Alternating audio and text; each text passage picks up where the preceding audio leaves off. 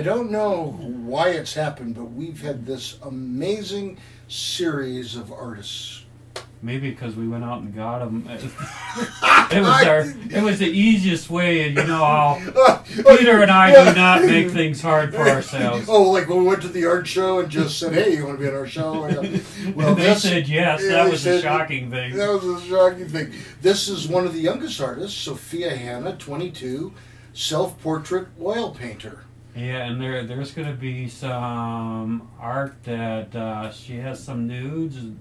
They're not obscene or anything, but you might want to be careful with children around. And yeah, that's a good point.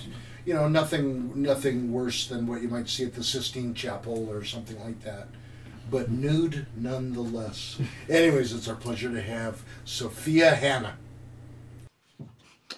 Well, it is great to have Sophia here with us on the third chair, and we're going to be talking a lot about your artwork in just a moment. She's a local artist down at Cottonwood. We've had a few other artists on that she is also friends with, Kevin and Leah.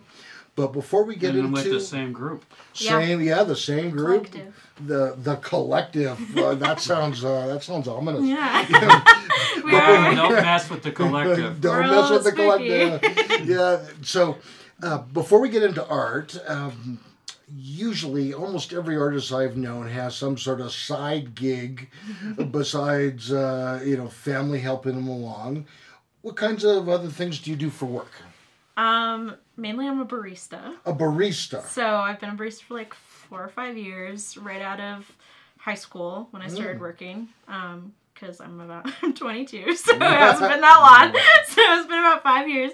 I actually started at a juice shop and then moved on to being a barista. I learned how to be a barista downtown at Rico's Coffee Shop. Ooh, so can you make the designs on the... Can you make the little leaves and stuff? I can. Don't test me, but because it's been a while. Yeah, Colorado, you make like little pot plant. Little marijuana, that would be cool. That'd be cool. Yeah, it seems like that would require a lot of work. Yeah, but it's been a while since I was doing traditional coffee like that. So you've done barista with some of the well-known chains, and I was asking you this in our pre-production meeting. Do people really come in and like, I want half skim, half regular, hot but not too hot? Do you know, and like those 15 different things? I just started working at Starbucks for the first time. So 2 months ago, I started working at Starbucks just out of convenience, and it turned out being the best job I've had, actually. But yes, especially at Starbucks, people... I think people don't know what they're ordering. That's my theory. I think people just hear a lot of words and say a lot of words and hope for the best. Or they hear something on the internet or they read something. Isn't there like... Do some of them do skim milk and like whipped cream and hold the coffee? I've had arguments with people. I've only been there for 2 months. I've already had some perplexing conversations. I had one of... a customer who wanted, we have regular chocolate and we have white chocolate, and you can get those in mochas with coffee, or you can get it as a hot chocolate. So you can get a white hot chocolate, which is just white chocolate, milk, and it's delicious. You know, it's like, it's what we would call, I guess it's kind of like a steamer, which means it's just steamed milk and a flavor.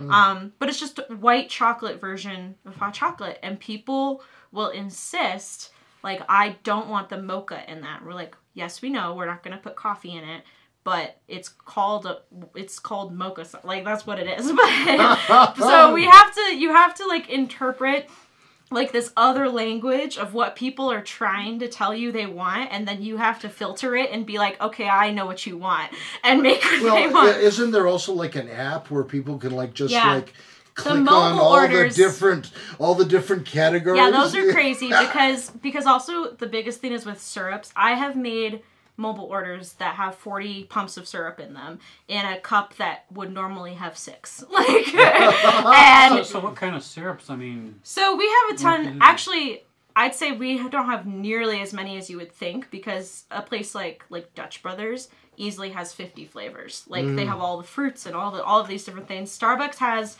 like we have like your chocolates, we have peppermint, we have vanilla, hazelnut, toffee nut. We have some special ones. We'll have like cinnamon dolce, which is really good, or we'll have We have a honey syrup, which is basically just honey. So is the pumpkin spice, is that made from coffee that's actually pumpkin spice, which I've bought before, or is there a pumpkin spice So if you went serum? to a store and got a pumpkin spice latte, that would be a syrup. But that's the biggest thing that we have the issue with is seasonal stuff, because what Starbucks does, they don't have 50 syrups, they have 10 syrups, and then they have seasonal ones. So people will come in and ask for things that we haven't had for years because they just think we just have that. Yeah, we just have it all the time. Yeah, so your competitors have it. yeah, especially since I just got there, so the holidays just passed. So the holidays, everybody wants the holiday drinks, and we don't have a holiday drinks anymore. No. So some people go and they get all syrups, like mix all the syrups together. Oh, we've had virtually a suicide latte where they just want everything in it. They just want suicide latte. Yeah, like a suicide soda. You charge them extra for that? Well, first of all, Starbucks just raised their prices, so everything's everything's already so expensive, and some people it gets charged. All those syrups and all that extra stuff gets charged. So I've handed out $15 drinks, which is crazy. Oh, wow. So looking at it sort of from a metaphorical, universal, spiritual level, is there anything about being a barista that helps you with your art? Yes. So I actually say I always say I'm kind of starkly half very social and half very antisocial, because there's a certain level and part of me that has to be antisocial. but I do love people, and I love making connections, and that's what my art is about. So I get my social connection fix. I'm a very naturally empathetic kind of person. I don't want to float my own boat, but I am. So I love to see people, and I love to make them happy, and it's super easy to do with a cup of coffee. It's also on the most basic level, obviously, it's a very easy job. It's all muscle memory, and so I can go and I can. Until you have angry customers. I know. Yeah. Well, but even it's not as often as you think, and it's never something that I would quit over. It's never something that doesn't make it worth it. And obviously, I have that side gig, a side job, because I need it financially, so I gotta stay. You and every other artist. Yeah. Have you ever got an order from somebody, a big order, and then they pay you an 8 gift cards? Oh yeah, I have Starbucks I'm especially. not the only one. Starbucks just big on gift cards. It's also easily the biggest coffee chain, or almost definitely is the biggest coffee chain in the United States. So yeah, we get tons of gift cards, and it's. But Starbucks is very efficient, which is also part of why I like it. It really appeals to the more organized, scientific part of my brain that, we have game plans. So the ship supervisor, their whole job is to see who's where in the game plan. And so you are pretty much in one position for extended periods of time. And I mean, it could be 5 minutes, it could be 3 hours. And it just depends on what they're deciding, where people need to go, who needs to take breaks, who's having a hard time on the window, so who can take over for it, things like that. So even the window is broken up into 2 positions. So somebody's just checking people out and somebody's just taking drive-through orders. So it's really streamlined. And then even the best example is when you're making drinks, when you're on the bar, you're not supposed to move from the bar. So that's why we all have headsets too, because everything's so efficient. You're communicating hey, you're going back there, can you grab this syrup, blah blah blah blah. So I like that idea. I think we ought to do that in the show. Yeah. Doug and I can have headsets to talk with our producer who's 10 feet from here. It's really fun. I would be saying things in your ear that you just don't really want to hear. Well, that's what we love to do. Listen to them about as much as we do now, right? We love. It's so fun because of it though, because it's basically a constant prank show. We're just all whispering things in each other's ears. But I get phantom headset at home now. I try to talk to my roommate. I'm Ryan, and I'm crap, I'm not working. I'm not at work. What am I doing? I have to walk over and find her and talk to her. Have you ever after a day at work, either mixing certain drinks or talking with certain customers, it's wow, I have a new idea for an art project? Yes and no. I meet a lot of people, obviously, being a barista, especially depending on where you are. You'll when I was downtown, obviously, I met and talked to a lot of artists and a lot of local creatives, not just visual artists, but creatives in general. So you do make like little connections, you have ideas, people will ask me about my art and I'll try to talk about it and I'll end up having ideas as I'm talking to people. Like, you never know what's going to spark something. I say, to no one's surprise, I have a lot of ideas in the shower and on the toilet, but but you never know. Like, I guess it wouldn't be fair to say, that was a crappy idea. No. But I also tend, and I think it's my ADHD, I get hyper fixated on an idea. So sometimes, like I have a show coming up, sometimes I'll be just racking my brain for ideas for something. I'll have lists and I'm like narrowing down and I'm doing word bubble things and I'm trying to come up with ideas, and sometimes somebody will say something to me, it'll spark something, and then I have to do that, and that's it, and I didn't think about it at all, and I just have an entire idea all of a sudden. So we sort of work the same way here on the program. So when we come back, we're going to go to a quick break. Yep. We will have you answer this question: if you were not an artist, what would you want to be doing? For me, it'd be rock and roll. Oh my gosh. We'll be right back.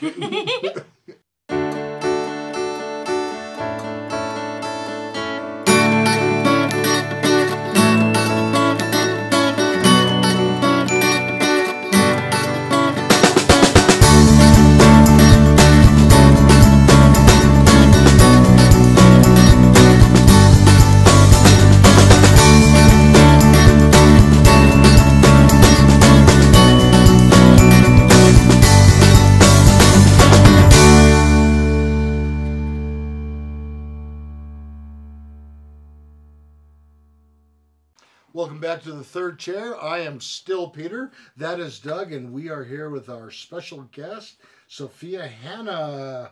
And when we went to the break, I asked you, hey, if you weren't an artist, what would be like your next choice? Okay, I have many callings, and I anticipate artist will not be my only career, but, I always wanted to be a musician. I used to sing a lot when I was younger, so I probably... Do you play guitar? I do, just a little bit. I haven't even had a guitar in many years, so... but I do, like, if you handed me one, I could probably figure it out, but...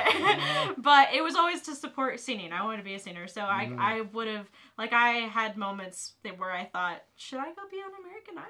Like, but art was always more important to me, so art was always more important. But I also, like, anticipate owning businesses. I'm art related, art galleries. I would also own a coffee shop. I would run a restaurant. Like, there's a lot of different things I'd love to do. I'm very passionate about, like, humanitarian stuff, so I would totally go overseas and stuff like that. But I don't know. Oh, it sounds great. That's a good question. Sounds like we ask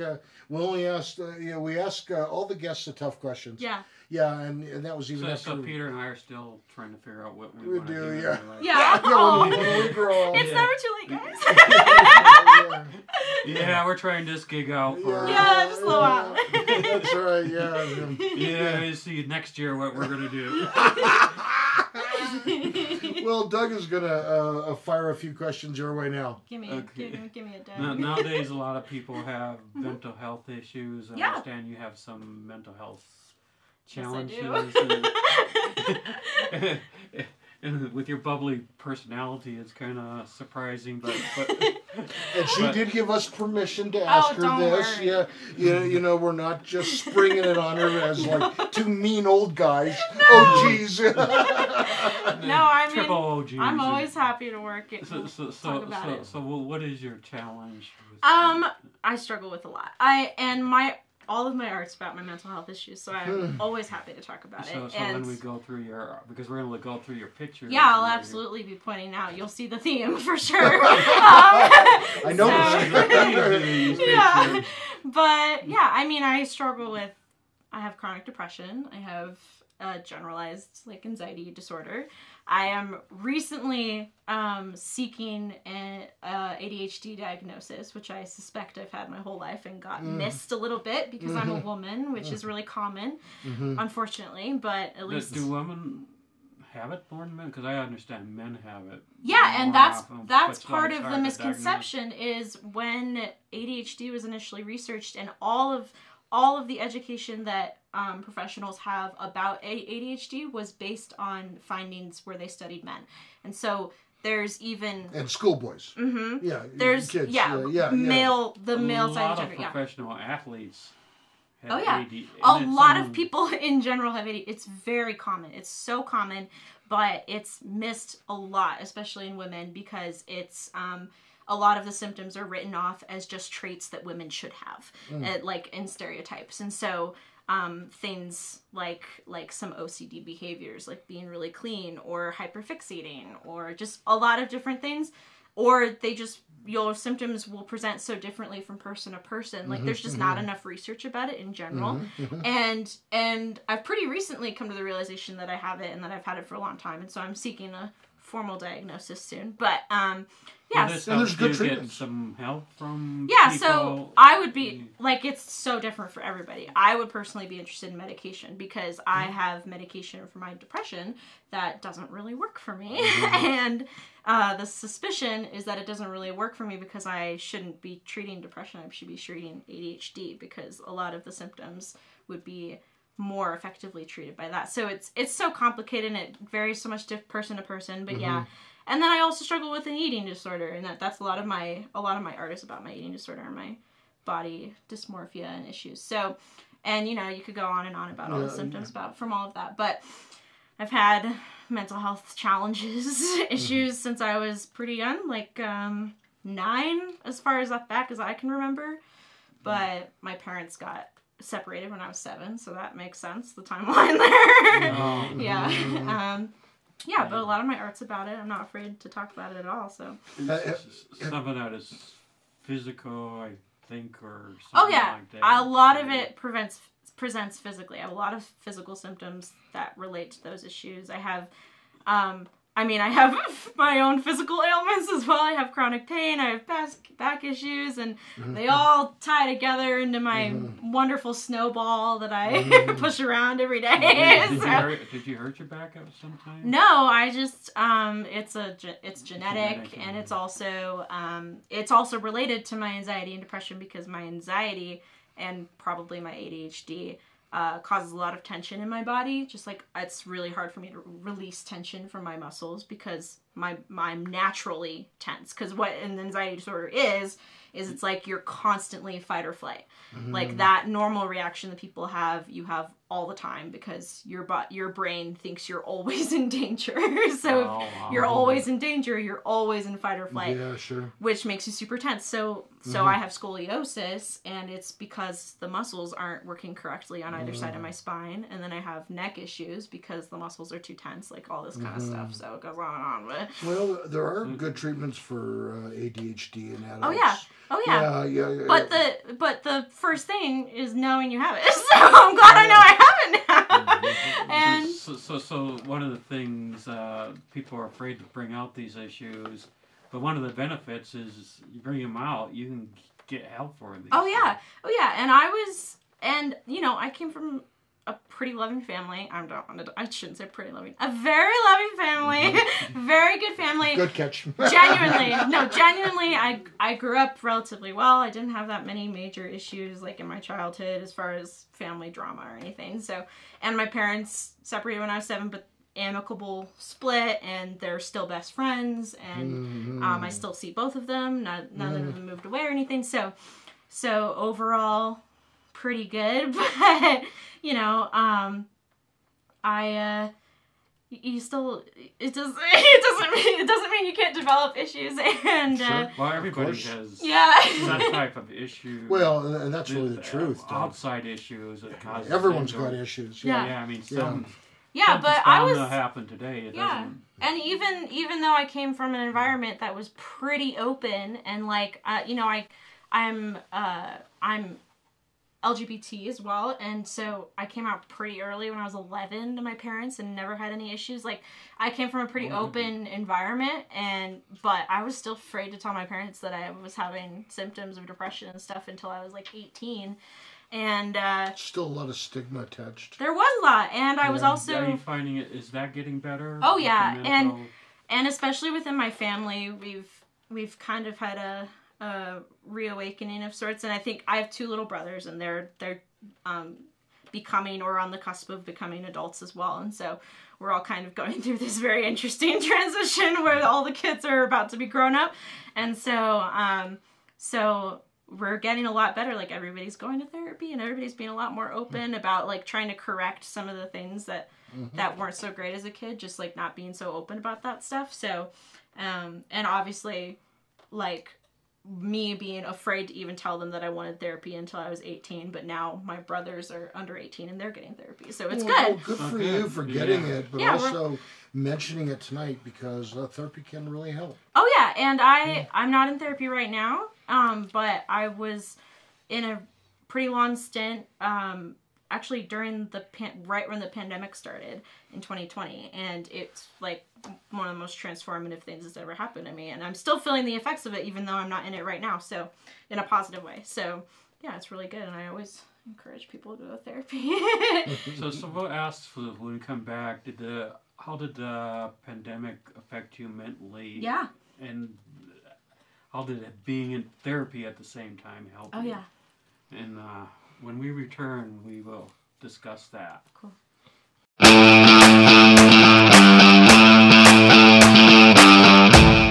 Real people, real stories, real life. We're looking for guests. We're looking for you here on the third chair. I'm Peter, that's Doug, and how many different ways can we have guests? Oh, at least 3. We could have them here in the studio in Colorado Springs. We've had guests all the way from LA on Zoom, and we have gone on location, and we got our 3rd one already in the planning phase. Awesome. Send us an email and we'll get you on the show.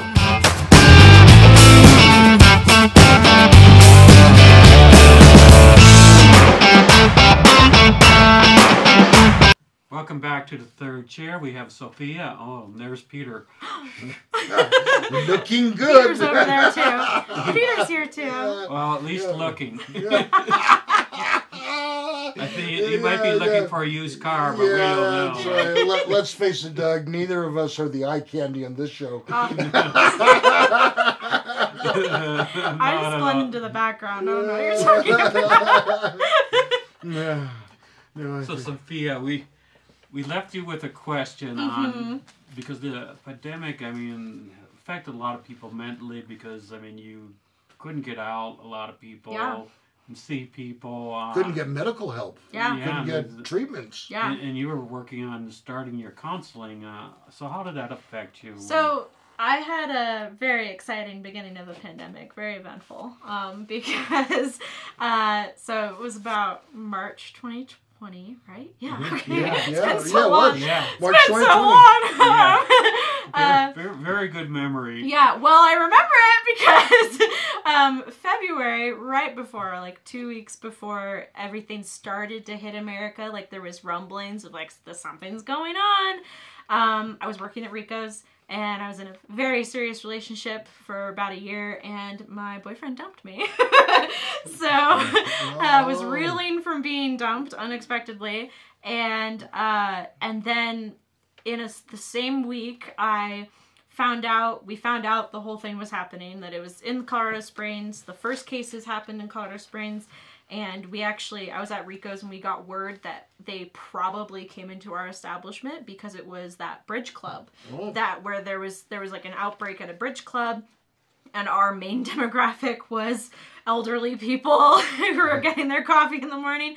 So we had a bunch of elderly people in our shop all the time, and so these elderly people, they got up in the morning, huh? Yeah, exactly. Just to get the coffee. Yeah. From I thought Rico's was like an Italian place. No. You know Poor Richard's? Yeah. It's the coffee shop. Oh, okay. Yeah, it's called Rico's. I should have clarified that because nobody knows Poor that. Nobody knows that. Colorado Springs audience, Poor Richard's is a famous place downtown. Yeah, it's a famous pizza shop, and it has 4 stores in one store, and one of them is the coffee and wine bar. And so one that's of where I them is worked. a bookstore, and that's my favorite. Yeah. So we have a bunch of so we got the pandemic through, like we got exposed, you know, the store did. And then in that same week, they ended up shutting the whole business down. And when that was happening, I actually got sick, like in those 3 days, and I was like, and all this stuff was happening. I was like, I don't know, maybe I shouldn't come to work. So did you think you had COVID? I definitely had COVID. Oh, you did? So okay. I like took some time off. Are you over it? Yes. 2 years later, yes. 2 years later, I'm over it. Finally, a few weeks ago. But that's so sad because it's not even a joke though, because a lot of people are still sick. But yeah, so I got sick, and then because I was sick and they were shutting the store down, they were like, does anybody want to take a voluntary layoff so that you can get unemployment and somebody else can get hours? And I was living with my parents, and I did not really need money. I just wanted money. I didn't need money, so I took a layoff. That well anyway. So I took a layoff, but then it turned out I had COVID, and I actually, so just, you know, for factual reasons, I never got a positive test, but it's because it had literally just hit. It had just hit, and they wouldn't give anybody tests unless you were elderly or very at risk. So I was a young, healthy woman, and nobody wanted to give me a test, even though I failed flu tests, or I didn't have the flu, and I had all the symptoms, and I was sitting in doctor's offices coughing my lungs out, but nobody would give me a test. So I never officially confirmed, but I'm 100% sure. So yours was not like one of the mild ones. Yours was no, mine was awful. Mine was really bad. I wasn't in the hospital. Thankfully, I got really close. There was like a couple nights where like I can't breathe. I need to go to the hospital. Oh, wow. So what did you do? I mean, it's easily the worst I've ever been sick. I don't get that like super sick that often. Like I'd compare it to being the flu times 10, but I don't get the flu that often. Like I think the last time I've gotten the flu was at least 5 years ago. So I just got through it. You know, I was in bed for 2 weeks, and like I said, I lived with my parents I lived with my dad at the time, so I had a lot of help. But that sucked. And then all of the lockdowns hit. So then I was locked in the house with my family for 3 months, including a month of that being sick and just out of commission. It destroyed my body. Like I was out of commission for a while. Did you lose any of your taste? I didn't actually. I don't remember, because like I said, it had just hit. So we only knew of like 3 symptoms at the time. It was like if you have a fever and you're coughing from your chest and you're having body aches or something. So and now there's like 20 symptoms that you can have. So then I was locked in with my family. I had just been dumped. I had just basically lost my job. It was also my birthday, the week that I got sick. Like, so when's your birthday? March 1st. So I just had a birthday. But that's my mother-in-law's birthday. Oh, cool. I've never met anybody with my birthday actually. So well, I have to introduce you to my mother-in-law. Yeah, then I will. Yes, people. It's really we're random. willing to talk about any subject on the third chair, including March birthdays. Yes. March birthdays are important. Yeah. Well, I love my birthday because I was born in 2000, so it was a leap year. So I was almost a leap year baby. I was born. I was born at 12:54 a.m. on March 1st. So I was 54 minutes shy. Oh, you missed it by an hour. By an hour. So you can blame my mother, but she didn't push hard enough. She didn't push hard enough. My birthday is September 11th. Oh, okay. And I still love my birthday, discuss, even though it's kind of like a memorial. Oh. Yeah. Well, it's good. You still Peter's up there. We're all having a good time, and every other table's staring at us. You still gotta celebrate it. But it's his birthday. So I, that was all going on. It was a lot. It was a shit show. And I don't know if I can curse. Mr. Producer, are we allowed to say that on the air? Our guest is allowed to say it. Oh, there you go. Yeah. So now you can look back at this and laugh. So, I mean, that's a real tough time. It was a really tough time. It was a really tough time. And then within that, though, I started therapy for the first time, consistently. And it wasn't the first time. It was the first time I went consistently, and it was someone I really loved and I really vibed with, and I got a lot of help, and it was awesome. And I did that for like 10 months or something, and then I had an issue with my insurance or something went awry, and I stopped going for a while. But then that same year, I also moved out of my parents' house for the first time. The whole pandemic thing happened where I was stuck with them inside for 3 months, where I was driving to the gas station just to get out of my house. So that gave you incentive, huh? Yeah, and I also got a bunch of stimulus checks, so I got to move out of the house. Thank you, Uncle Sam. Yes, thanks, Uncle Sam. Although I would love some more, but I heard we might get a gas stimulus check. Yeah, so that was a crazy year. It is. And affected me a lot. It definitely, like, being so isolated was horrible. Like, real talk, it was horrible. And especially right after you get out of a relationship where you're with someone 24/7 every day, and then all of a sudden you're super isolated, especially when you start out, you have to be isolated because you're sick. So, and actually... And you can't do a lot, so you think about it. Can't do anything, yeah. So it was a lot. But, you know, I think overall, it's been a blessing in disguise. Like, a lot of growth has happened in the past few years. And, you know, I was also pretty recently out of high school because I would have been 19 when the pandemic hit, and I was just turning 20 when it hit. So you graduated a year before or 2 years before? A year before, yeah, because I graduated when I was 18. So then, like, it had been like a year, and like a year and a half, and then the pandemic hit, and so a lot of my adult life has been in the pandemic so far. But in a lot of ways, like, obviously it's horrible, but in a lot of ways it's worked out well. You know, and I've met a lot of people and done a lot of things I wouldn't have done otherwise. And learned a lot about myself. When you're isolated like that, you learn a lot about yourself. So. I think that a lot of things will change.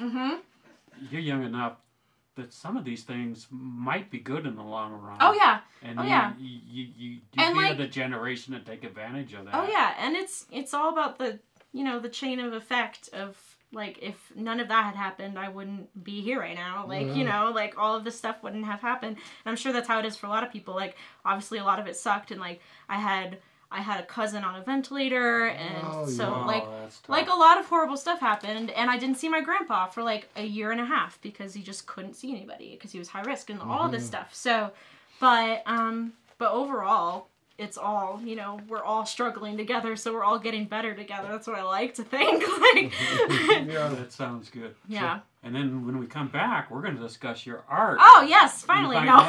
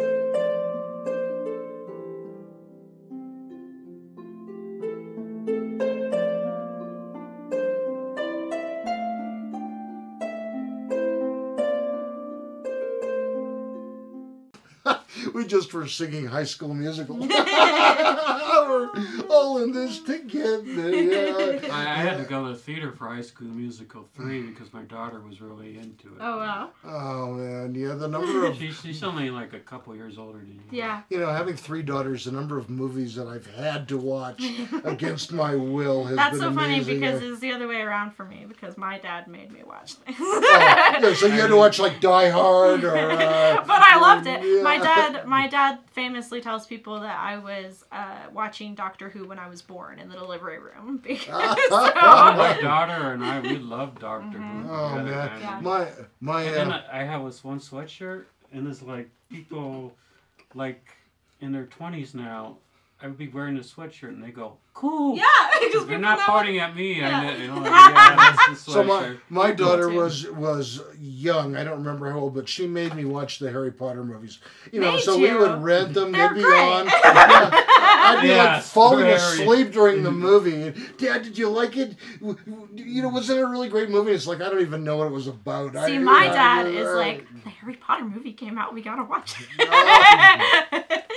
My daughter was like 2 or 3. The first one came out, and and they had the dog with 3 heads. Oh yeah.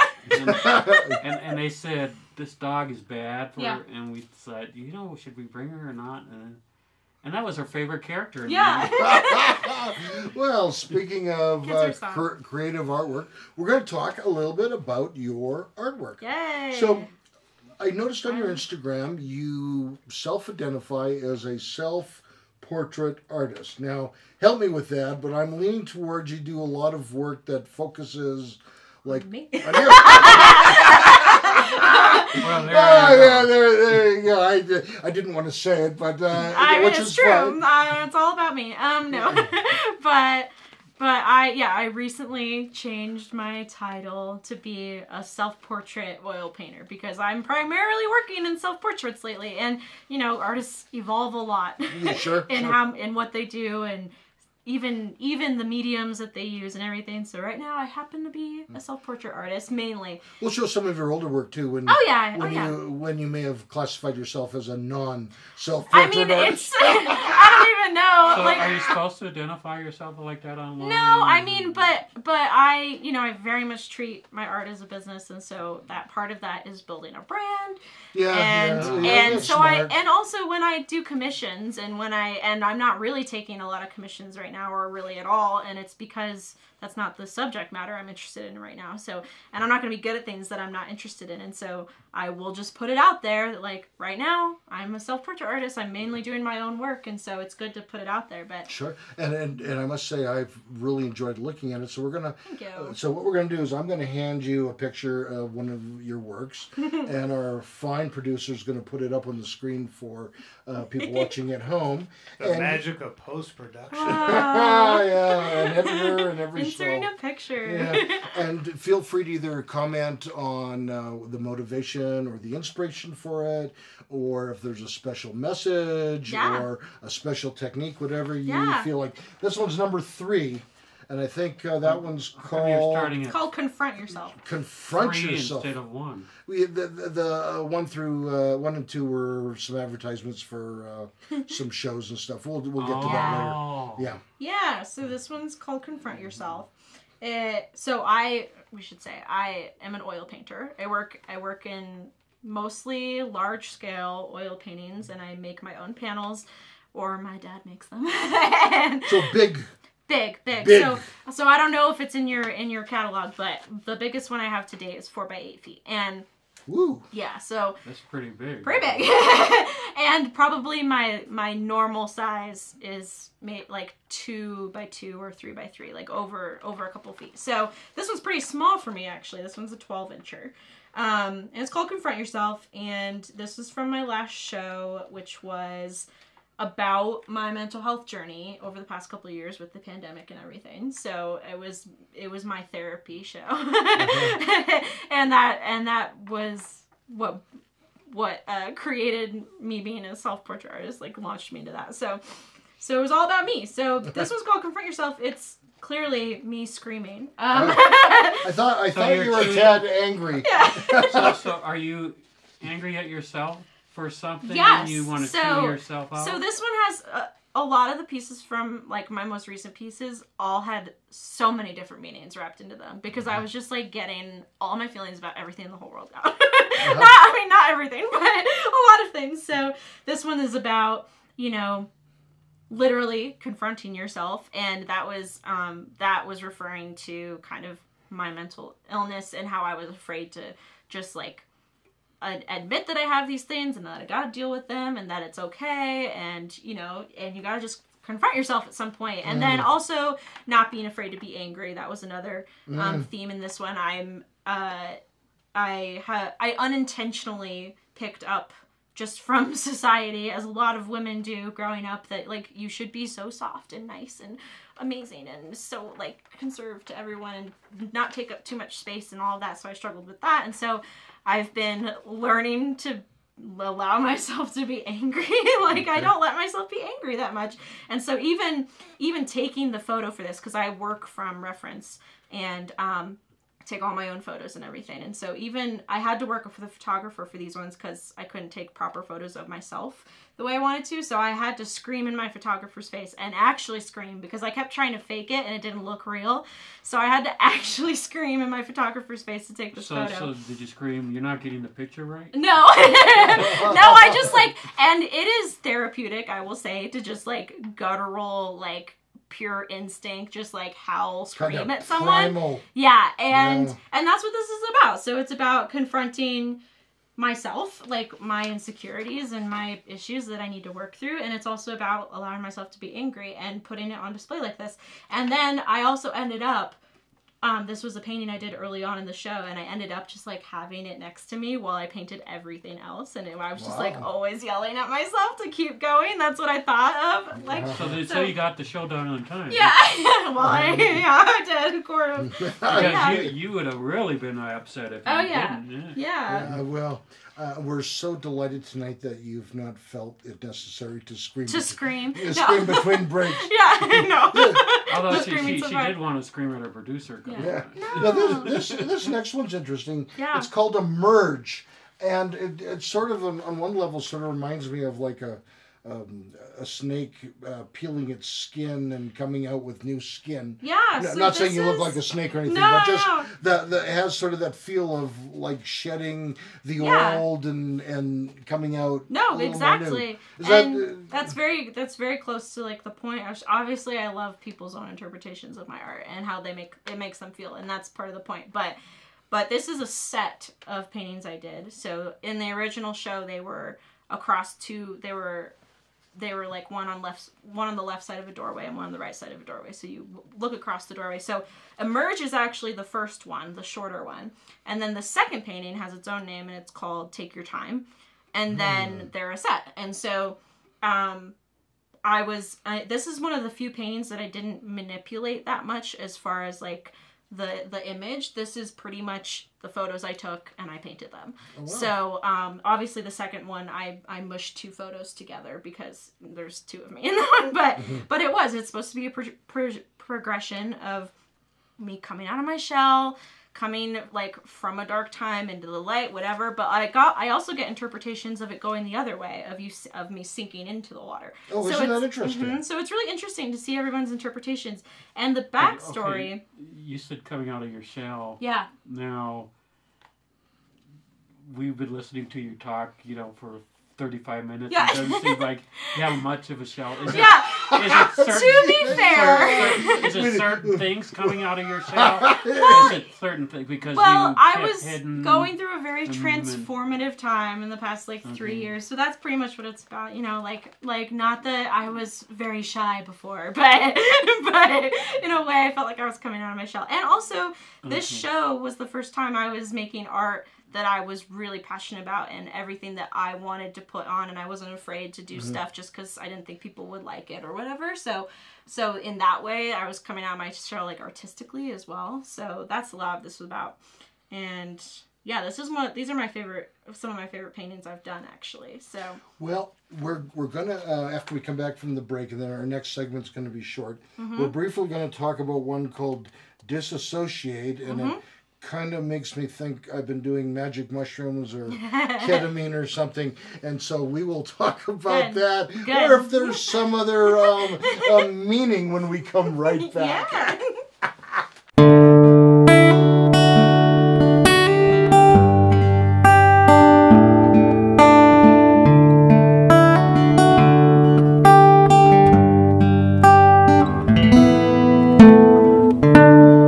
Hi, I'm Peter from Pikes Peak Recovery Coaching, and As you know, I do help people with drug and alcohol recovery issues. I love to help people get better, but I also offer a variety of other services, including regular life coaching services. I've helped several people write and finish a book. I've helped a doctor that was in medical school graduate and then get into a residency.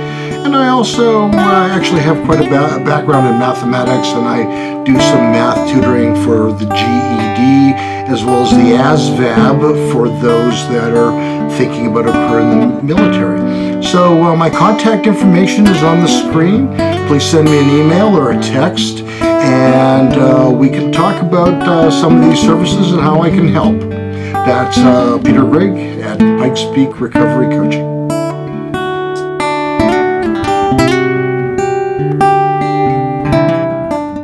To you to show up, Peter. Yes, well, I had to Peter. make sure my phone was off airplane mode. Yeah, I did think about taking my mandatory 15-minute union coffee break. You should. Yours have been rescinded for the next 22.5 years. Yeah, that's because he had a couple of days where he took them all day long. Oh. No, I got idea. You know, I know this. I know this barista from Starbucks. I bet we could get a discount coupon or something. Peter has, quote, "I have to go to the bathroom." Then we hear him go up the stairs, and my wife says he was on his phone. Oh my God. I never said I had to go to the bathroom. You thought it. Anyways, we are back with someone far more important than myself, Sophia, a local artist here in Colorado, and we've been talking about one of her pictures that reminds me of tripping. Yes. We've learned a lot about Peter today. I haven't tripped for a while. I've been sober for quite a while now, but I see that that has that vibe. Tell us about this picture called Dissociate. Yep. Almost you don't quite get to dissociation. Good job on the pronunciation, because people ask me how to pronounce the title, and sometimes I don't know what to say. I'm like, dissociate. But yeah, this is the largest piece I've ever done. This is the largest painting I've ever done. Oh wow, how big? It's 4 by 8 feet. 4 by 8 feet. It's up at Cottonwood right now, so if anybody wants to go see it, it's huge. Your head just keeps going. Yeah. So if someone bought that, I mean that'd be a real challenge to put that in your house. Oh, it's heavy, and it has a special hanging system because it's so heavy. So does it take 2 people to hang it up? Oh yeah, it does take 2 people just to lift it up. Like I can actually drag it around. It's just plywood, so it's not too heavy, but just, to not break it, it does take 2 people. But yeah, it's the biggest piece I've ever done. Took forever. I think it was over 150 hours ish. Oh, wow. So yeah, it's for my last show.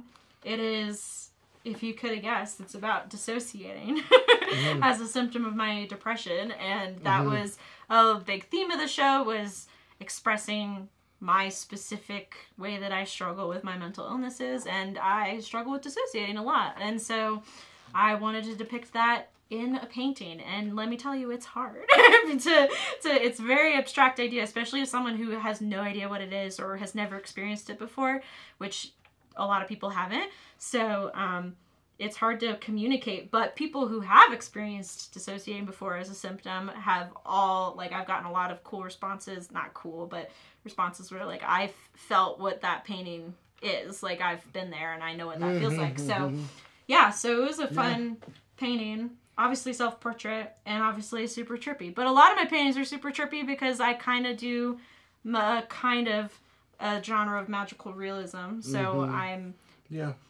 branching into magical ideas and looks and stuff. What I was self-portrait with magical realism. Yes.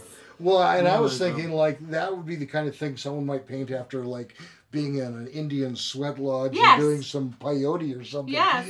Yeah, but, very good. No, I just live normally, and I feel like that, so. So you don't need the peyote. I don't need any drugs. I just feel crazy I don't need already. peyote. I don't need a coyote. I just... But yeah. So I don't eat with a fox or the box. Yeah, I do not eat green eggs and ham. Nope. Yeah. So, on a more serious note... Yes. Right. serious. You know, I don't know where you're at in terms of taking commissions, or if you want people to contact you, or but that was at the beginning of the show. You know, now we're at the end of the show. You must have been smoking some peyote. Yeah, oh my gosh. So how can people? You know, someone might want to buy one of your pieces. Oh, I hope so. Yes. Please come buy my art. Okay, so I have a website, a wonderful website with all of my recent art on it, which is really cool if you can't make it down to see it in person. These are really high quality images on my website, sophiazhanna.com. Which I think is going to be up behind me or down below me or somewhere. And and then I also, the best way to see what I'm up to like all the time in the moment is Instagram. I'm on Instagram a lot. So that's Sophia Hanna RT, which is Sophia Hand Art.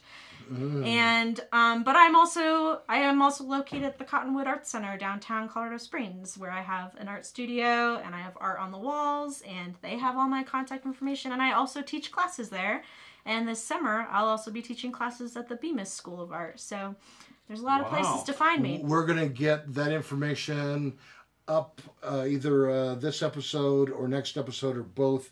You have graciously agreed to come back next week. Yep. So please like, subscribe, share, and hit the notification bell icon so that you know when we've uploaded new stuff. Thank you. Thank you. We'll see you all next week.